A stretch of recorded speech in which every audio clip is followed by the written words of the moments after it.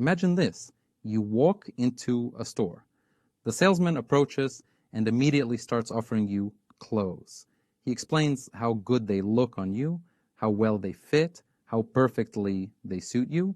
The human mind is designed so that when external information comes in, it always seeks to explain. So your mind immediately switches on its analytical device, reasoning, yes, these clothes really do suit me. At this moment, you are deeply asleep. You don't hear the subtle voice of the soul. That voice may be weak, almost oppressed, giving you a sense of unease, as if something is not right. But the mind is loud. It speaks with confidence, listing the advantages, convincing you to agree. The real task is this. How do you hear the voice of the soul? First, you must wake up. Try this experiment. Go to a store intending to buy something, but instead of acting unconsciously, turn on your awareness. Step down into the auditorium of your own mind. Before, you were fully absorbed in the scene, playing on stage as if inside the game. Now, take the role of both player and viewer. Watch the scene from outside. When the salesman begins to load you with persuasion, notice what happens. Observe how your mind draws conclusions, how it builds its reasoning. Then look deeper inside yourself. Do you feel joy and confidence that this item is truly yours? Or do you feel oppression, duty, and pressure to buy simply because your mind insists it is right? The key is to wake up. But it isn't easy. Each time you enter a situation, especially a negative one, you tend to become completely immersed. You fall into a dream again, no longer observing yourself, just playing unconsciously on stage. Awareness must be trained into a habit. This is much harder than it seems. Suppose in the morning you give yourself a promise. I will remain aware all day. I will observe myself. I will ask, what am I doing? Why am I doing it?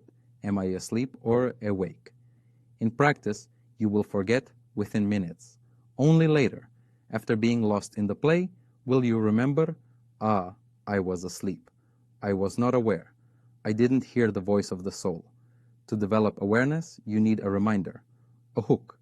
For example, wear a ring. Whenever you notice the ring on your hand, shake off detachment and ask, am I asleep or am I aware of myself and my surroundings? Little by little, this builds awareness. The advantage of awareness is great. While people around you, at work, at home, in society, remain asleep, you begin to see reality from the outside. You understand motivations. You see what drives people. You hold the bigger picture in your hands. Another advantage appears. When you observe the feelings of your soul, you realize the soul does not argue or calculate. It simply knows. It says yes or no. It either accepts or rejects. So, when you face a decision, don't only think, also feel. If your heart feels oppressed, it is a no. If your heart feels calm, light, or joyful, it is a yes. This inner compass saves you from countless mistakes. It protects you from unnecessary problems. Listening to the heart gives you your true path, the one meant for you. Notice, when you set a goal or dream, the mind will become very convincing. It will describe the advantages, painting the goal in bright colors. But instead of just listening to the mind, imagine yourself in the position of the person who has already achieved the dream. Ask, how do I feel in that reality? Do I feel joy, rapture, expansion, or do I feel heaviness, duty, or discomfort? This state of inner comfort is the true criterion of a goal's authenticity.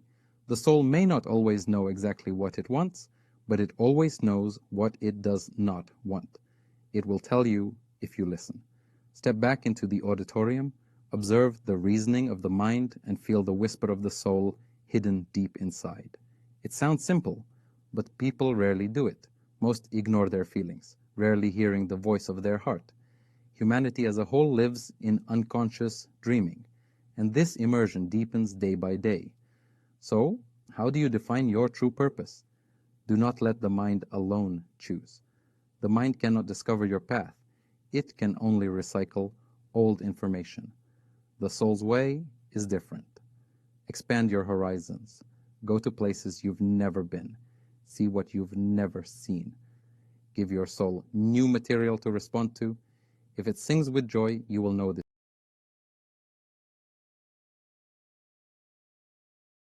unite, the soul sings, the heart claps, and the mind rubs its hands in satisfaction, then you know. There is no doubt, no hesitation, you simply know. Now, how do you move toward your goals? Use the practice of the slide. Create in your imagination a picture where the goal has already been achieved. Live inside it. Experience it as though it is already real. But here lies the challenge. The mind doubts. It says, nothing is happening. I've been imagining this for so long, but there is no progress. Maybe I'm doing it wrong.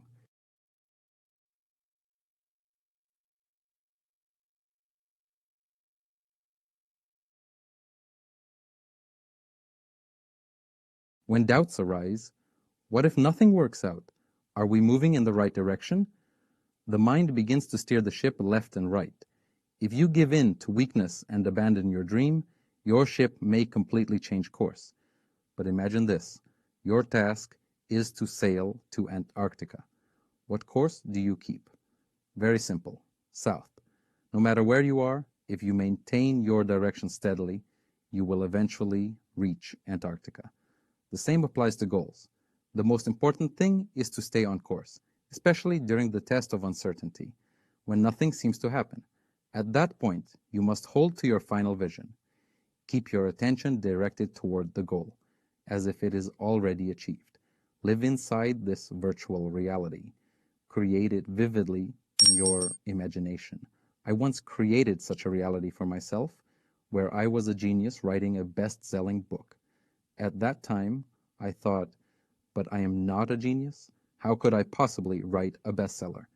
Yet with courage, blind faith, and persistence, the reality eventually aligned with the vision.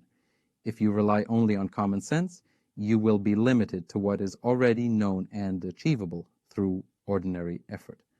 But transurfing invites a different approach, one that may sound unusual, but is no more strange than the constantly changing theories of science. Centuries ago, people believed the world rested on elephants, turtles, or a whale. Later, it was said the earth was round, but that the sun revolved around it. Step by step, science tried on new clothes, revealing new aspects of reality. Classical physics gave way to quantum physics. First, microobjects were described as particles, then as waves, then as strings. Later came M-theory, in which the universe was said to consist not of strings, but of membranes. Each time something didn't fit, new theories were invented. The truth is, this process never ends. Reality is infinite and multifaceted, like two mirrors reflecting one another endlessly. Each reflection gives rise to new aspects, new models, new explanations, but never a final answer. Therefore, instead of asking which model is right, it is better to ask which model gives practical results. Transurfing is one such model. Whether or not its picture of the world is absolutely correct doesn't matter. What matters is that millions of people have already tested it in practice and confirmed that it works. Here is how it works. When you broadcast the thought form of your goal, your world begins to shift within the space of variations, aligning with the path to that goal. Opportunities arise, doors open, resources appear out of nowhere. People suddenly show up with solutions you hadn't imagined. The mind is left wondering, how could this have happened? Yet it happens again and again, as countless letters from readers testify. The mechanism may seem mysterious, but the results are undeniable. However, the same principle explains negative outcomes. If you unconsciously immerse yourself in the mirror labyrinth, focusing on crises, negativity, or fears, your thought forms